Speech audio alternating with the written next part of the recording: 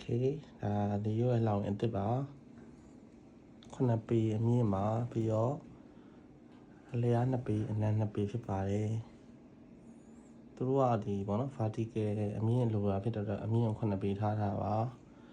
ပြီးတော့အမြင့်မှာသူညဘက်ဆောင်ရင်လည်းအိတ်လို့ရအောင်လို့အိမ်လေးထည့်ပေးရတယ်တကယ်တော့သူ့ဒါအမြင့်နဲ့နေလို့ရအောင်လုပ်ပေးထားပါတော့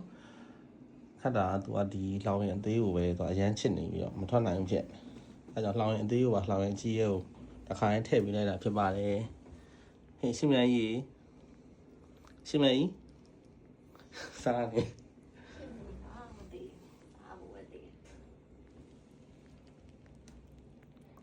ရှယ်ကြိတ်နေဟာကြိုက်တယ်ပေါ့လုပ်ပေးထားတာ